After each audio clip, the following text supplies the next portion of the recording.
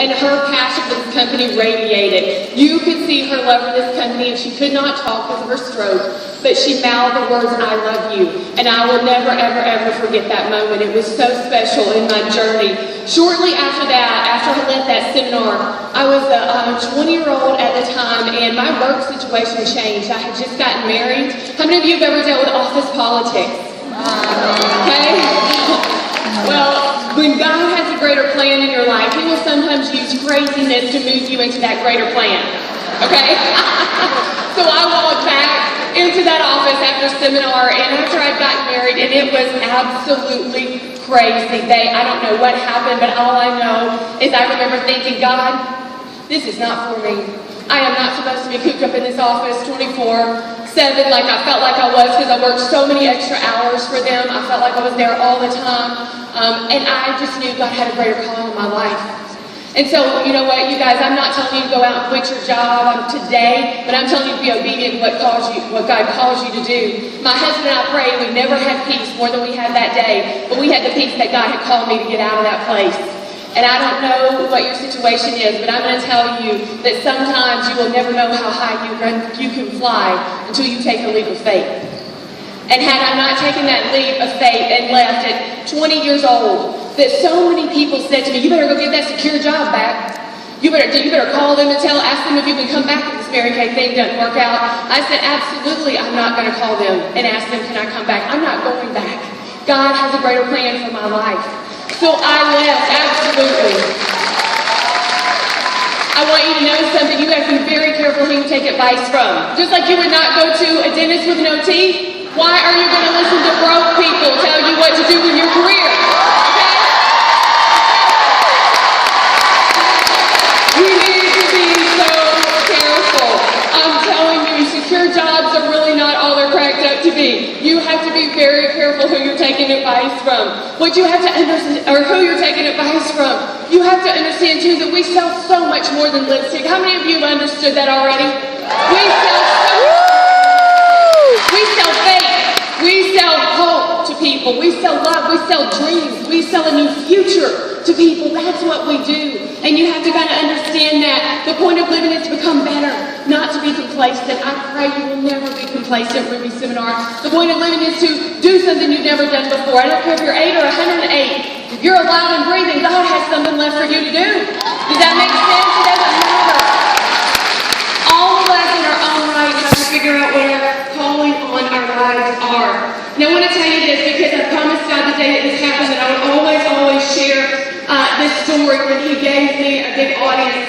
And in my heart I knew there would come a day, I did not know when that day would be, but I knew there would come a day when I would share the story from this stage. And I am so excited to share this with you, and I pray that you will take this, run with it, and understand that when you go home and you believe that there is something greater for your life and you work for it, you cannot believe it and just pray for it and sit on the couch. Okay? That's not how this works. Inactivity is the dark room where negativity is born. You do need to remember that. Inactivity is the dark room where negativity is born. You have to understand you have to work hard. I worked so hard, and so did the beautiful women in my unit when I was 24 years old to earn my first pink Cadillac. And I want to tell you that my friends made fun of me because it was a huge car, but I wanted that car so bad. I didn't care what color it was or how big it was. I wanted it. And we had gotten into the last month, and things had gone pretty well, but we were into the last month of my Cadillac qualification. And it was the last day of the last month, and I was a nervous wreck. I was the only one in my home, and you guys, I want to tell you, we had told the whole world we were earning this Cadillac, that we knew it was coming, but for some reason, on the last day, at 4 o'clock in the afternoon, we were still $3,000 short. I had no idea where it was coming from. I was young. I didn't have the $3,000, and all I could do was trust. And so there's nobody in my home, and I want you to get this. I knelt down in my office, just me, by myself, on my knees, one of those times where you're on your face, you're on your knees. You were as far down and submitting to God as you could possibly be. And I said, you know, God, I don't know how this is going to happen, but all I know is I know you said we were about to debut this Cadillac, and I know it's coming, and I've got to have faith in you. Clasp my hands together, and never in my life have I ever felt anything like this, but I had to visibly open my eyes, look at my hands, because my right hand felt like this giant hand, and my left hand felt like this itty bitty little baby hand. And I just got up, and the strangest sensation, I thought that 10 minutes, I want to tell you guys something. In my heart, what I knew God was saying to me is, baby girl, I got this. I have got you by the hand, and this is not on your own, but I have got this. And you guys, in all honesty, I want to tell you that within less than 10 minutes, my phone rang. And there was a man on the other end of the phone, which was a little interesting. And he said, "Is this Cheryl Fulcher?" And I said, "Yes, sir." He said, "I hear you're in Mary Kay." And I said, "Yes, sir, I am." He said, "I hear you're pretty good at it." That's what I'm trying to be. I'm trying to be. He said, "You know what, I want to tell you, I want my wife to sell Mary Kay with you." I said, "Really?" And he said, "Yeah." And he said, "How much does it cost to get started?" I said, "It's $100. It's $100, and it's an awesome career, and I want you to tell him all about it." He said, "Well, we really wanted to run a real business. We wanted to run a very successful business. So what we've set aside is a little over $3,000. And I said, "Really? That's the God we serve, guys. That's what happens when you believe. That is what happens when you believe."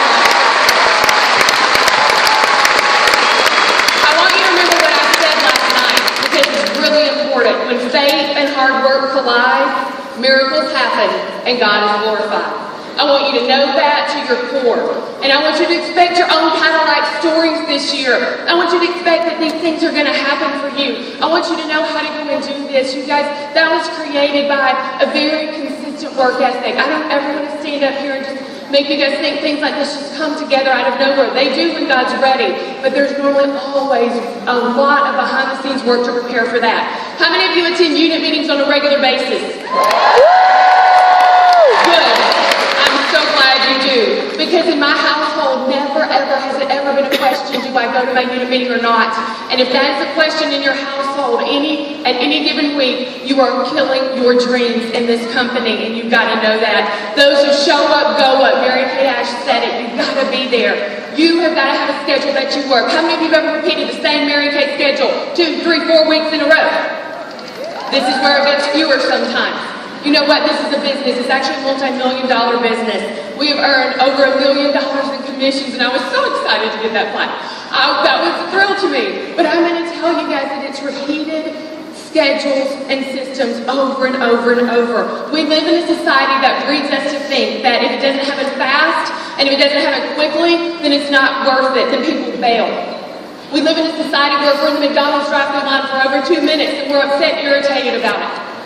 This is disciplined work. It's hard work, but it is so worth the hard work. I want to tell you that. It's so biblical to work hard. I want you to leave here today, Lord, I want to work hard. I want to be tired at the end of the day. I want to give this everything I've got. It's so biblical to work hard. We live in a country